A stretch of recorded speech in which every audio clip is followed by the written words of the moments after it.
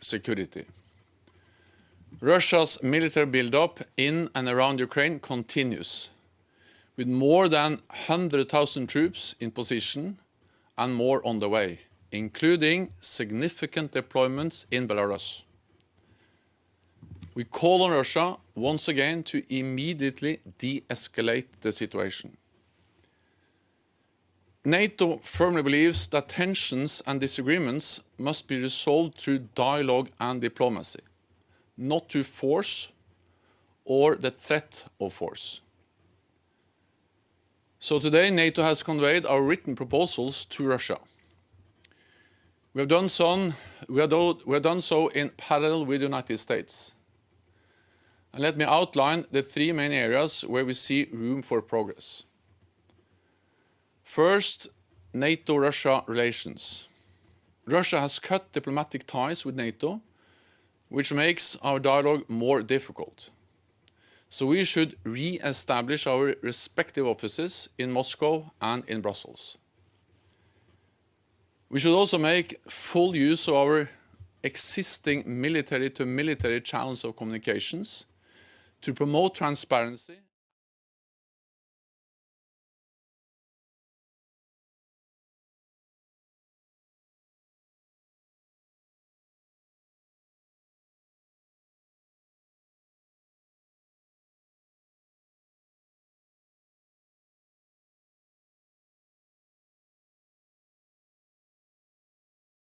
which makes our dialogue more difficult.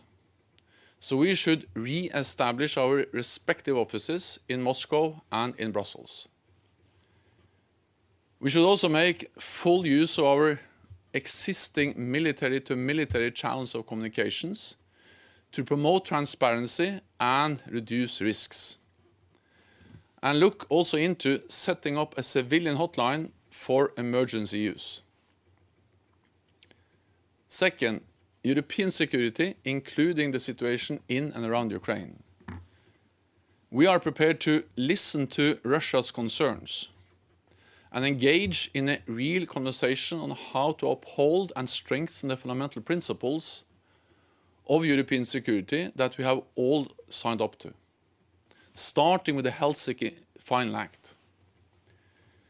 This includes the right of each nation to choose its own security arrangements. Russia should refrain from coercive force posturing, aggressive rhetoric, and malign activities directed against allies and other nations. Russia should also withdraw its forces from Ukraine, Georgia, and Moldova, where they are deployed without these countries' consent. And all parties should engage constructively in efforts to settle conflicts, including in the Normandy format. Third, risk reduction, transparency, and arms control. History has shown that engagement on these issues can provide real security for everyone. So we need practical measures that will make a real difference. As a first step, we are proposing mutual briefings on exercises and nuclear policies in the NATO-Russia Council. We should also modernize the Vienna document on military transparency and work to reduce space and cyber threats. We should consult on ways to prevent incidents in the air and at sea, and recommit to full compliance with international commitments on chemical and biological weapons. Finally, we need to have a serious conversation on arms control, including nuclear weapons and ground-based intermediate and shorter-range missiles. These areas represent an agenda for meaningful dialogue, and I have invited allies and Russia to a series of meetings to address all of these issues in greater detail in the NATO-Russia Council. Allies are ready to meet as soon as possible. In all our efforts, we will continue to coordinate closely with Ukraine, as well as with other NATO partners, including Finland, Sweden, Georgia, and of course the European Union. NATO is a defensive alliance, and we do not seek confrontation. But we cannot and will not compromise on the principles on which the security of our alliance and security in Europe and North America rest. We remain fully committed to our founding treaty and our collective defense pledge enshrined in Article 5. We will take all necessary measures to defend and protect all allies. And with that, I'm ready to take your questions. And we'll start with Politico, David Hesselson. Thanks very much, Mr. Secretary General. I wonder if you can tell us if there are any plans for renewed talks, for further diplomatic talks, and what in the written responses do you think will provide the basis for a conversation, the kind of conversation you described going forward? So we have invited, I have, as chairman of the NATO-Russia Council, invited all 30 allies and Russia to a series of meetings where we are ready to sit down and to have substantive discussions on a wide range of issues. I mentioned main issues in the NATO written proposals we have sent to Russia today. We are also ready to sit down and listen to the Russian concerns. And we also strongly believe that these issues represent topics where we both can benefit.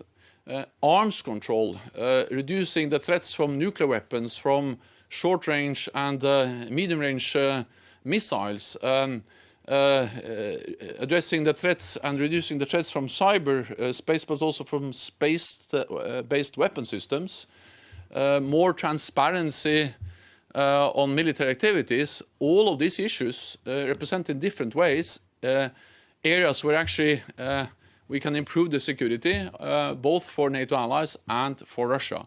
So at the end of the day, this is about whether there is a will to engage in good faith and to try to sit down and find common ground. We'll now go to Natalia Drozdiak from Bloomberg. Hi, thanks so much for my question. I understand that NATO wants to keep an open door policy with Ukraine, but could it not, in either these responses or in responses going forward to Russia, would NATO consider in writing saying that Ukraine is not on track for membership anytime soon? Depending on the wording, this wouldn't necessarily close the door to membership, but it would simply state the reality of the situation. What we have made clear is that we will not compromise on some core principles. And one of them is, of course, that every nation has the right to choose its own path.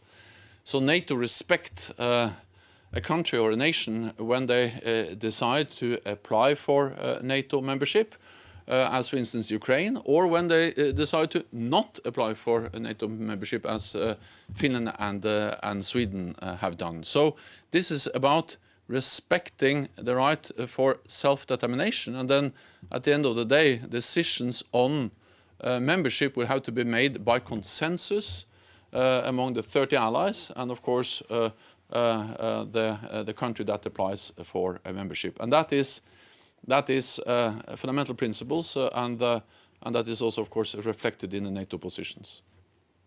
The next question will go to Courtney Cube from NBC. Hi, thank you. I want to ask about the NATO response force, Secretary General. Can you give us your assessment over whether you think that is going to actually be activated and when? There's a lot of talk here in the U.S. that it could be activated in advance of some sort of movement by Russia as more of a deterrent. And then can you give us a sense of what you think the ultimate size could grow to, the number of troops and any special capabilities, any kind of insight into that? So we are now reaching out to Russia once again to try to pursue a path of dialogue and to find a political solution. That's the reason why we sent them this evening the written proposals from 30 NATO allies covering a wide range of different issues. But of course, while we are hoping for and working for a good solution, de-escalation, we are also prepared for the worst.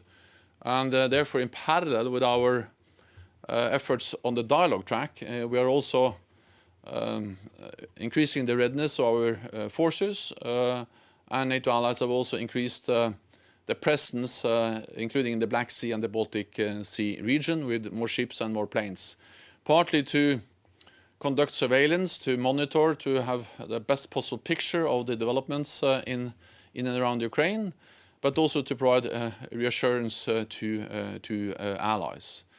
And then part of that is that we actually some weeks ago increased the readiness of the NATO response force. This response force is it's composed of different elements, and the lead element of the NATO response force consists of around 5,000 troops.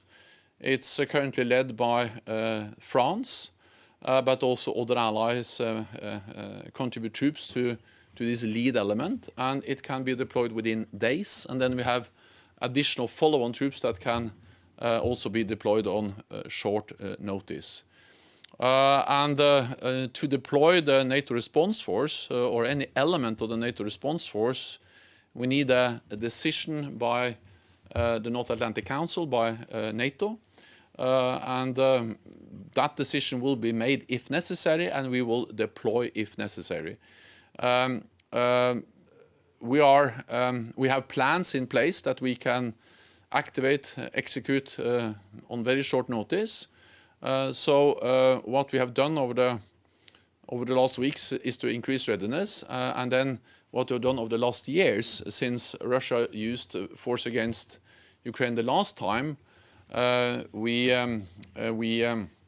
have increased our presence in the eastern part of the alliance with battle groups in the Baltic countries and Poland, and also more air policing and naval presence.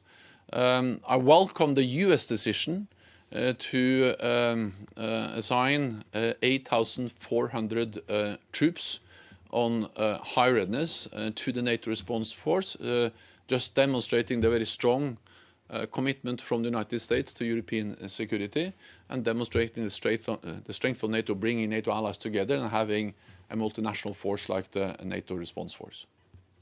We'll take the next question from Dennis Dubrovin from TASS.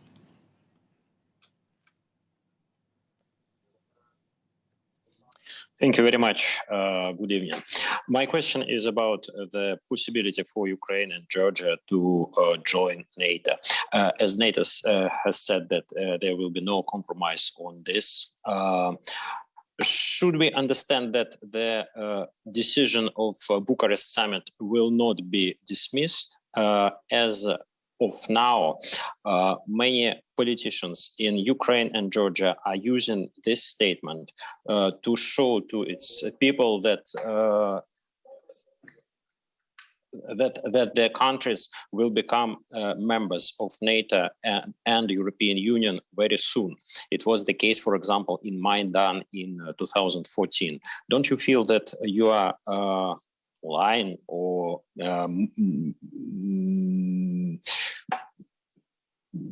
getting wrong signal to those countries? Thank you very much. We are standing by the core principles on which European security has been based for many years, for decades, and that is that we respect the sovereign right of every nation to choose what kind of security arrangements it wants to be part of or don't want to be a part of. And that's the reason why we, of course, respect decisions by Georgia and Ukraine to apply for membership, and also the reason why we have engaged in a very strong and close partnership with both these countries. Our focus now is on reforms, is to help to modernize and strengthen the defense and security institutions and to meet NATO standards. But also why we respect decisions of countries not to apply for membership, for instance, as Finland and Sweden, but also with them we have very close partnership, politically strong and close consultations, and also our forces exercise together, train together, and we have achieved a very high degree of interoperability. So this is about respecting nations and their right to choose their own path, and that has not changed. That is actually a principle that also Russia has subscribed to many times, starting with the Helsinki Fine Act in 1970, but also the Paris Accord in 1990 and many other documents where this principle has been clearly stated. We'll now go to Thomas Gutschke from Frankfurter Allgemeine Zeitung. Thanks a lot. Secretary General, my first question is there anything new in the answer that has been transmitted to Russia that did not come up when Russian officials were at NATO for the last NATO-Russia Council? And the second question, there clearly is a risk that Russia takes this written response as a pretext to attack Ukraine because its requests have not been fulfilled, obviously. So why did you still decide to reply in written form? Thanks. We decided to reply in written form because we take it very seriously, the efforts to try to make progress in our political dialogue with Russia. And we have listened to Russian concerns. We have listened also to the Russian call for a written response.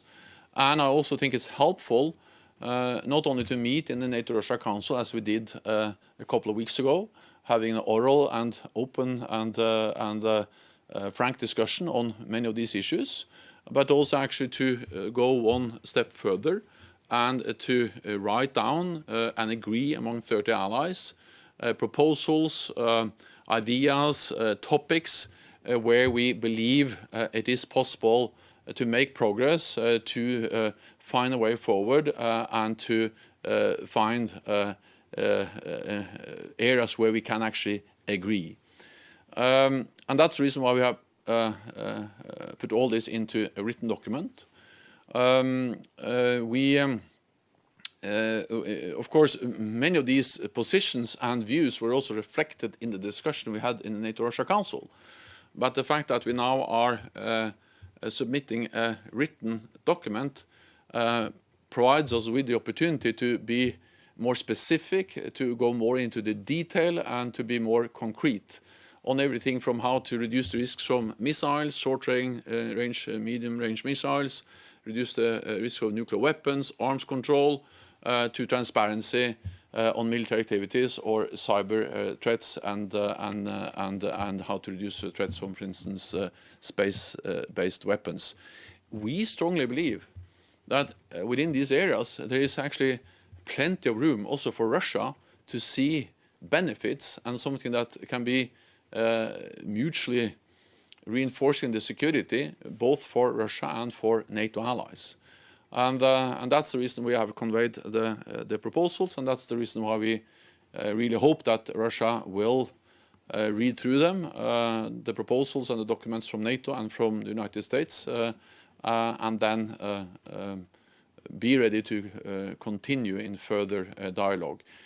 Let me also add that there is no secret that we are far apart and that there are some serious differences between NATO and Russia. But at the same time, that makes it just even more important that we look into the proposals, listen in a reciprocal way to our concerns, and try to identify political solutions where we can agree to prevent a new armed conflict in Europe, which will of course be extremely serious and something we all have to try to prevent. Well, the next question will go to Greg Palkett from Fox News. Sorry. Thank you, Juana, and good evening, Secretary General. Thank you for allowing us to ask these questions. I've got to ask the question that I asked you 2 weeks ago, frankly. Are we closer to war with Russia now than we were 2 weeks ago, considering the developments of recent days? Tensions are increasing. Russia continues its military buildup, and we see also more troops not only in and around Ukraine, but also now in Belarus, where Russia is in the process of deploying thousands of combat troops, hundreds of aircraft, S-400 air defense systems, and a lot of other very advanced capabilities. And this takes place under the disguise of an exercise, but it integrates very much the Russian forces and the Belarusian forces. And these are highly capable combat-ready troops, and there is no transparency on these deployments. So, of course, this adds to our concerns. It adds to the tensions, and it shows that there is no de-escalation. On the contrary, it's actually more troops, more capabilities in more countries. But at the same time, that makes it just even more important to engage in a political effort to find a political solution. We'll now go to Beata Plomecka from Polish Radio. Oh, no. Hello, Secretary General, Beata Plomecka, Polish Radio. On the more transparency on the military exercises, what do you mean by this? Do you envisage the reduction of military exercises? Because if you reduce exercises, then what do you need the forces for example? And the second thing is, do you have all allies on board? Because in recent days, we heard some doubts about, for example, the German solidarity. Thank you. All allies are on board. All allies have agreed, and this is a document that all allies have negotiated and agreed, and that we have now, that I have now on behalf of 30 allies sent to Russia. So all allies are behind these positions, these proposals, and all allies also support what I would call the dual-track approach, the deterrence and defense combined with dialogue. It's not possible for me to go into the specifics of each and every proposal, but what I can say is that we have actually proven before that transparency on exercises can be very helpful. We have something called the Vienna document, which is agreed in the OSCE framework, and we strongly believe that we should invigorate that dialogue and that process, and to try to modernize the document to allow, for instance, observation, inspection of military exercises, and also to address a loophole in the existing agreements where SNAP exercises had not allowed it for any kind of inspection. And so this is partly about adhering to existing agreements, and partly modernizing, developing, and strengthening the agreements on how to provide transparency on military activities, including exercises.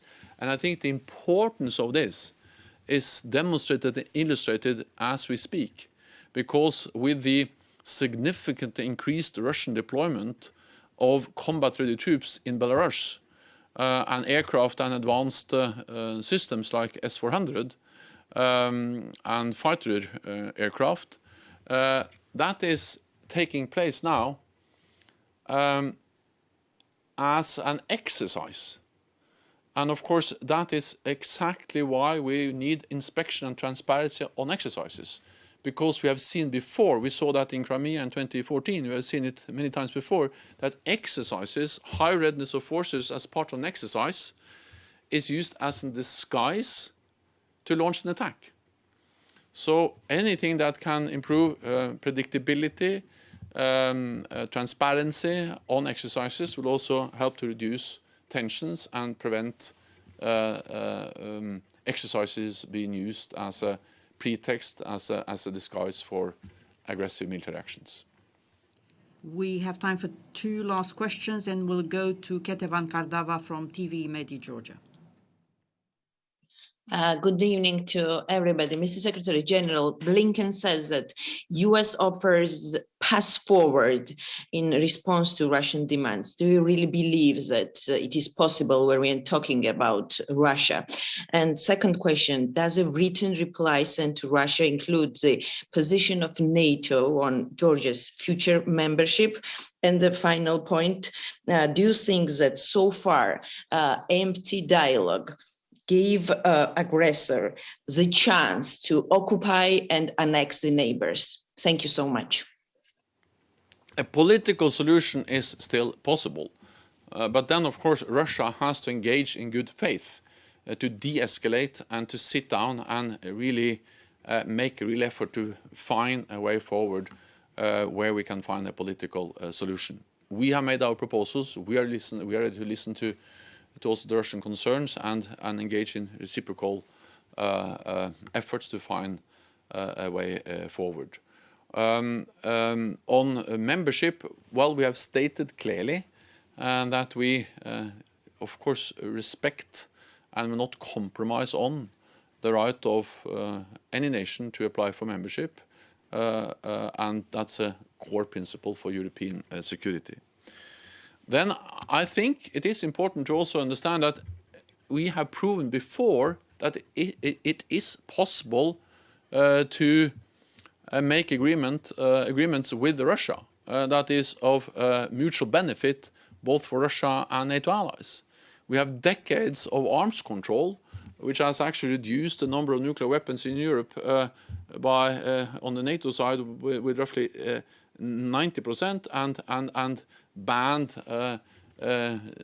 different types of nuclear weapons, and also limited the number of strategic warheads in Russia and the United States.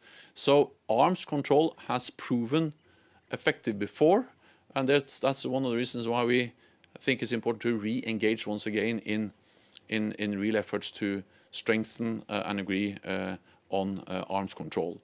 But we are not naive, and we need to make sure that whatever we agree in different formats, this can be bilateral agreements, Russia, the United States, it can be agreements in the OC, it can be also things we agree in different formats.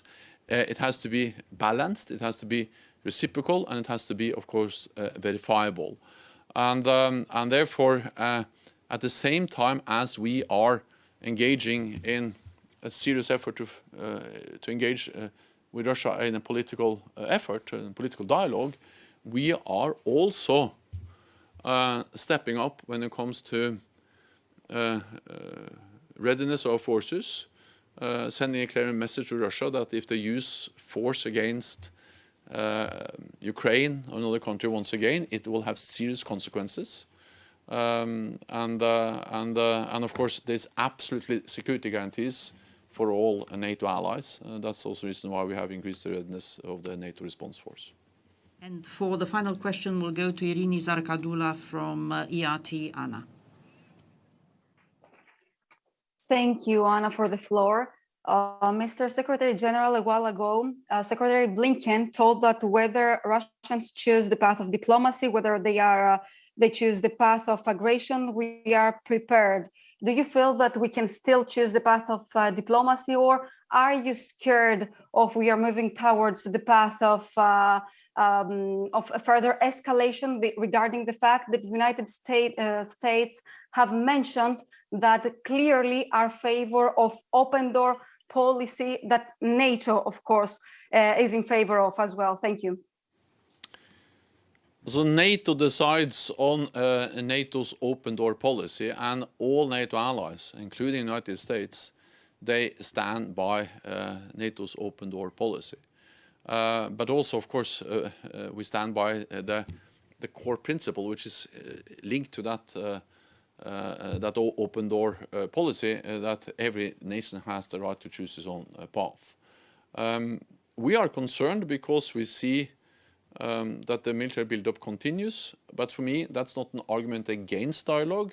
For me that's an argument in favor of engaging in dialogue to prevent a new armed conflict. So we are prepared both to engage in serious dialogue. That's the reason why I put forward the proposals today, but we're also, of course, prepared for an eventuality or a situation where Russia once again decides to use force.